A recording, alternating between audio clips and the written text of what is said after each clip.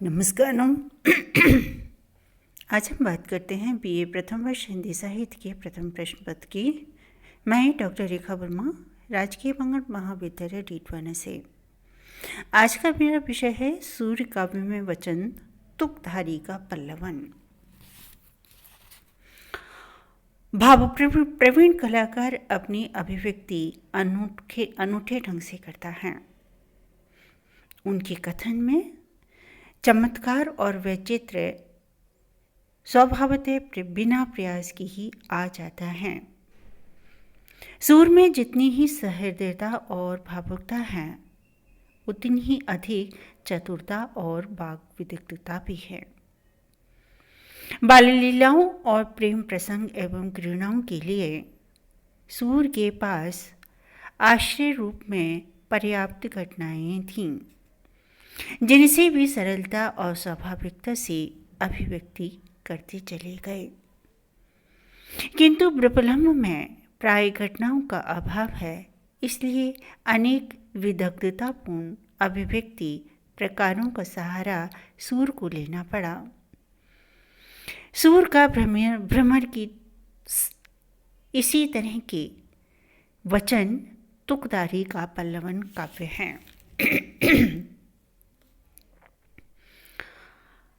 कृष्ण राधा का मर्दन करते हुए उनको जब परेशान करते हैं, इतने में यशोदा आ जाती हैं। अब क्या हो, बात खुल गई। तो सूर्य ने कृष्ण के द्वारा अपनी वाक चतुराई से पर्दा ही डाल देते हैं।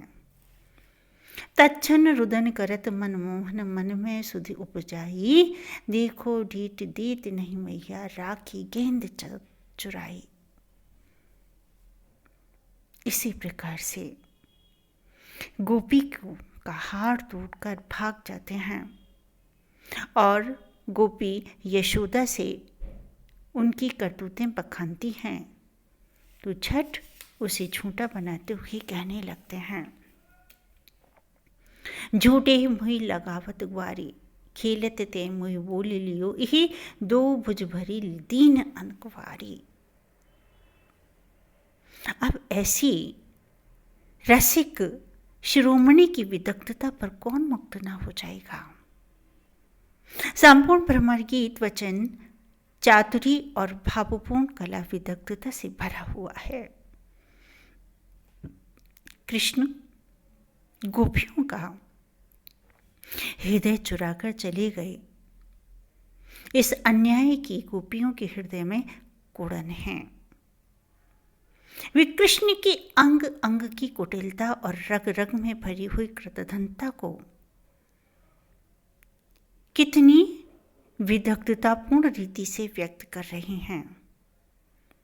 ओधो अभय समझ भई, नंद नंदन के अंग अंग प्रति उपमा न्याय दई। कुंतल कुटिल भवर भारी भरी, मालती भुरई लई, तजत न गहरू कियो कपटी जब जाने निरस भई। निर्मोही नहीं निहि कुमुदनी, अंतो हेम भई। और विनोदपूर्ण वचन है, इसका उदाहरण है, देन आए ओधो मतनी को, अबरी मिली लसुनहु सयानी, लेहु सजज कोटि को। दूसरा वचन चातुर्य का उदाहरण है, आयु घोष बड़ो व्यापारी, खेप लादि गुरु ज्ञान जोगी की ब्रज में आहे उतारी। व्याज निंदा में वचन चातुर्य है का उदाहरण है, मथि मथि सिंधु सुरन को पोखे, शंभु भय विश्वासी, इनिहति कंस राज और ही दे चाही लई एक दासी। कटुक्तियों में वचन चातुर्य का उदाहरण है, श्याम विनोदी रे मधुबनिया, अब हरि गोकुल काहे को आवत भवति नव जो बनिया। मधुकर उनकी बात हम जाने, को कुत हंस को हुती कसकी दासी कृपा करी भई रानी।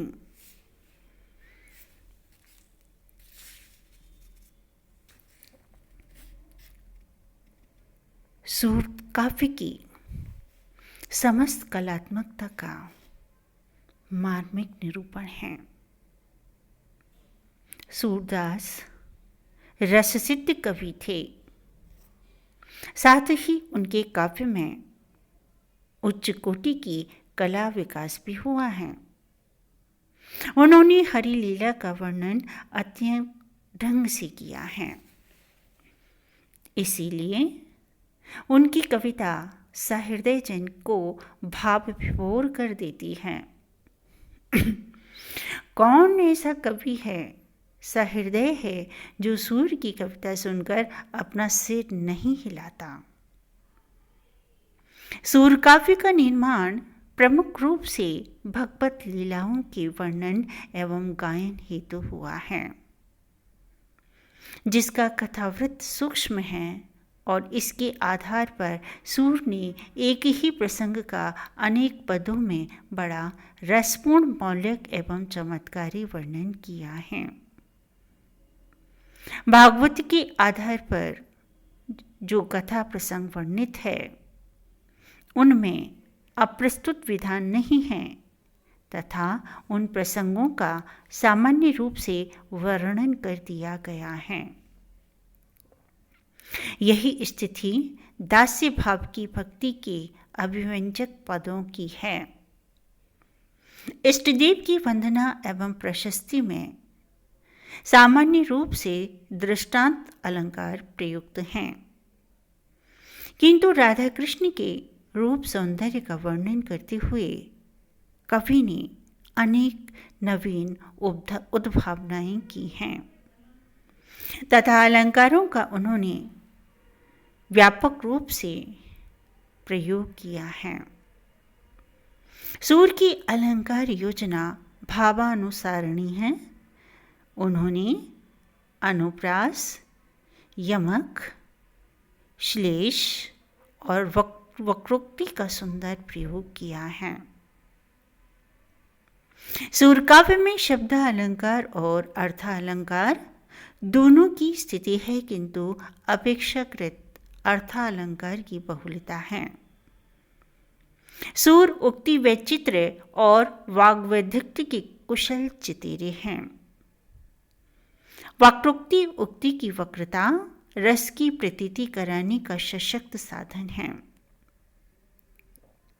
कवि ने कथन के सीधे ढंग को छोड़कर वक्रता का सहारा लिया है। सूर की उक्ति वैचित्र का अधिकांश चमत्कार सूर सागर के बिखरे हुए संवादों में वचन चातुर्य के रूप में देखने को मिलता है। सूर में जितनी सहृदयता और भावुकता है, उतनी ही चतुरता और वाग विदग्धता भी। सूर की सरस भावुकता और सहृदयता के अनूठे उदाहरण उनकी विनय के पदों में, बाल लीला वर्णन में, गोपियों के प्रेम प्रसंगों में और वियोग की उक्तियों में भरे पड़े हैं। विनय के पदों में सूर ने भगवान का महत्व और अपनी दीनता का उल्लेख कर अपने भावुक हृदय की अनेक धाराओं की अभिव्यक्ति की है। वे कृष्ण की पद नौका की आशा लगाए हुए कभी अपने को सब पतितन को राजा कहते हैं और कभी कहते हैं हों तो सब पतितन को नायक। कभी भी एक एक करी टरी हों तथा विरध बिनु करने की धमकी देने लगते हैं, और कभी जो हम भले बुरे सो तेरे कहकर उद्धार की प्रार्थना करते हैं। इस प्रकार विनय के पदों में भक्ति का सागर उमड़ पड़ा है। वात्सल्य तथा प्रेम के संयोग और वियोग पक्ष में सूर की सहृदयता और भावुकता के अनेक प्रसंग भरे पड़े हैं। सूरदास के वाग्वैधक्य की चर्चा करते हुए आचार्य रामचंद्र शुक्ल ने लिखा है, सूरदास जी में जितनी सहृदयता और भावुकता है, प्राय उतनी ही चतुरता और वाग विदग्धता भी है। किसी बात को कहने के ना जाने कितने टेढ़े सीधे ढंग उन्हें मालूम थे। गोपियों के वचन में कितनी विदग्धता और वक्रता भरी है। गोपियां वियोग में कुढ़कर एक स्थान पर कृष्ण के अंगों के उपमान को लेकर उपमा को इस प्रकार न्याय संगत ठहराती हैं। उदाहरण है, ओधो अभय समुझ भई, नंद नंदन के अंग अंग प्रति उपमा न्याय देई। कुंतल कुटिल भवर भरि भावरी, मालती भुरे भई। तजत नदीर कियो कपटी, जब जाने निरस गई। आनंद इंदु वरन सन्मुख तजी, करके तेन नई। निर्मोही नहीं नेह कुमुदनी, अंतहि हेम हई। तन घन श्याम से निसिवासर, रटि रसना छिजई। सूर विवेकहीन चातक मुख, बूंदों तो न सही। इसी प्रकार दूसरे स्थान पर वे अपने नेत्रों की उपमानों को अनुपयुक्त ठहराती हैं। उपमा एक न नैन कही, कविजन कहत कहत चली आए। सुधि करी करी काहू न कही। इन दोनों उदाहरणों में उपमानों की उपयुक्तता और अनुपयुक्तता का जो आरोप किया गया है, वे हृदय की क्षोभ से उत्पन्न है। इसी से इनमें सरसता है, काव्य की योग्यता है।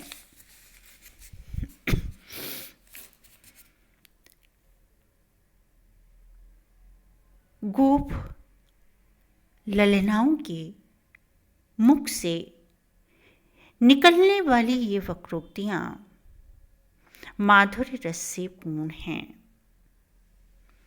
भ्रमर गीत में प्रयुक्त कुछ मुहावरे इस प्रकार हैं: बधाई देना, लाज बेचना, पैर पड़ना, बिना दाम के चेरी, चाम के दाम, अंगार चुनना आदि।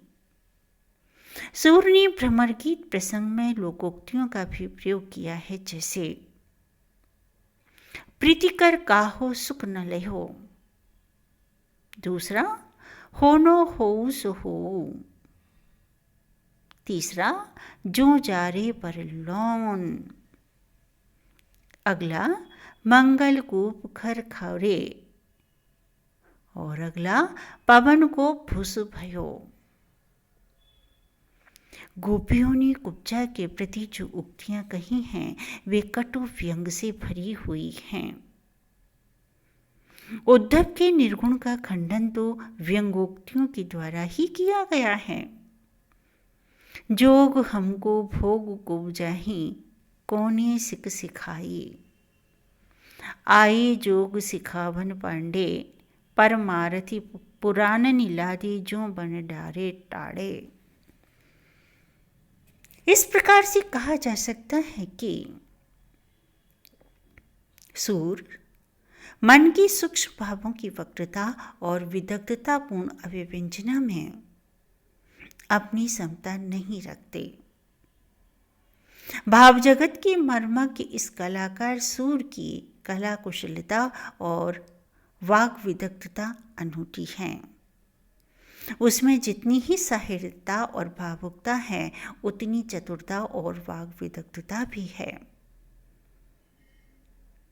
यह बात नाभादास की इस उक्ति से सिद्ध हो जाती है, वचन प्रीत निर्वाह अर्थ अद्भुत तुकधारी।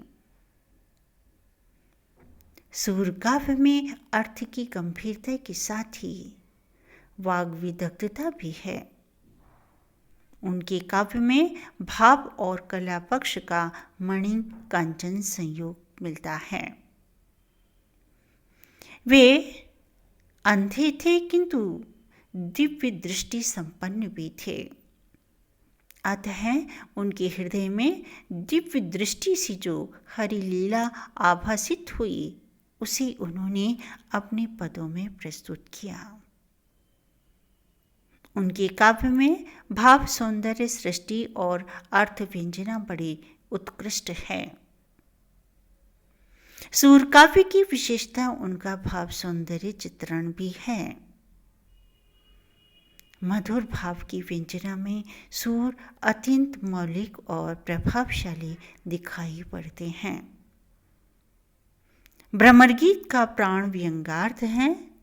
कभी न कहीं शब्द मात्र से, कहीं संकेत मात्र से और कहीं केवल पद ध्वनि से ही व्यंजना की सृष्टि की है।